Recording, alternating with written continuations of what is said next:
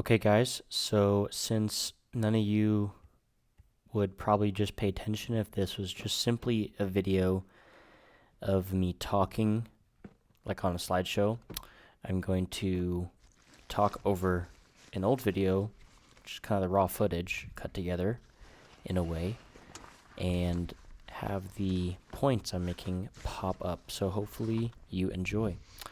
So here is why the DRZ rules.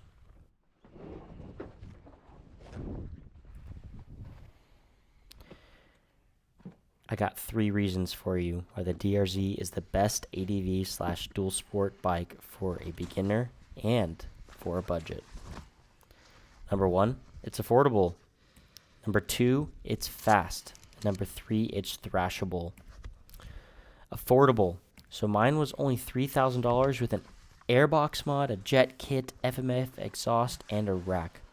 If I bought it new, all these components would be a couple $100.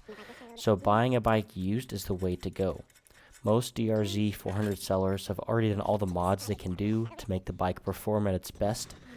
So if you buy used, you can get these upgrades at a fraction of the cost. Cheap repairs. Most parts you need can be found on Facebook and eBay.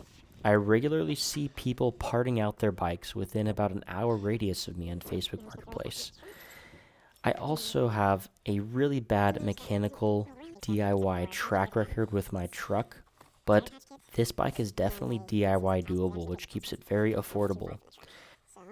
I have done spring replacement, the chain, throttle cables, rear brake caliper rebuild, also bled the rear brakes. I've done a handlebar and grip replacement and the stator Loctite mod. Features you need. The DRZ 400S has the features you need for an ADV ride.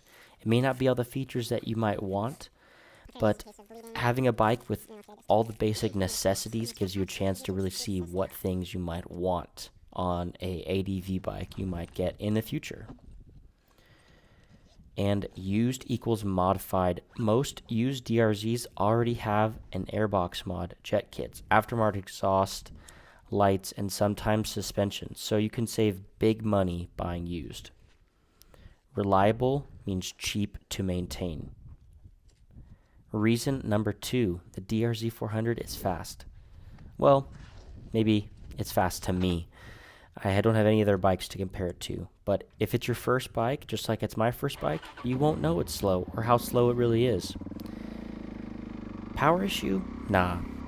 It's not underpowered to me. A packed down ADV ride is doable even at 220 pounds. I don't think a beginner ADV rider will need any more power for most of the ADV riding I see online. People sometimes take Honda Trail Sports 125s on BDR routes. So come on, people, it's doable. Top speed, maybe a little bit of an issue. I know I could hit freeway speeds, but I don't need to. I'm doing off-roading and BDRs don't usually go on the freeway. So if you need freeway speeds, just get a 650. I'm 220 pounds, I can hit freeway speeds, so it'll do just fine.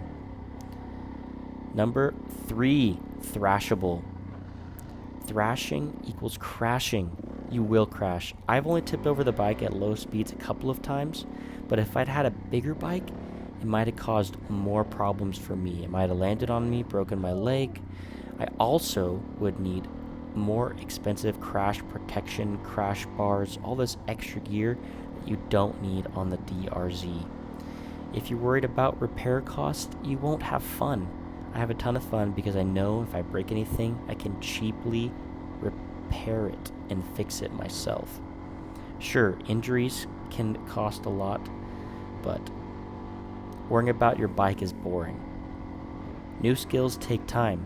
You're trying to learn new skills, and new skills require a bike that you can lay down and thrash, or else you won't learn these things because you'd be too scared to damage some new KTM 390. Now, here's my closing thoughts and the mistakes I felt I made when it came to buying my first bike, my first dual sport ADV bike. So after 1 year of ownership, kind of reflecting on that, I'm very happy with my purchase. At 225 pounds and 6'3", I was originally gunning for a 650, the Honda 650s, but ultimately most of these fell outside my budget. But now I'm happy since I stayed within my budget and I realized I didn't need a bike that was quote-unquote tall enough or had enough power.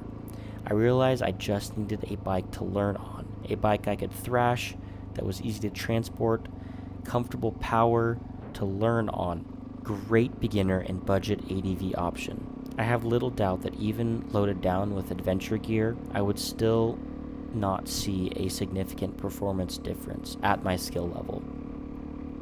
People do more on smaller bikes. When I was looking for a bike, I got way too caught up in technical talk and comparisons.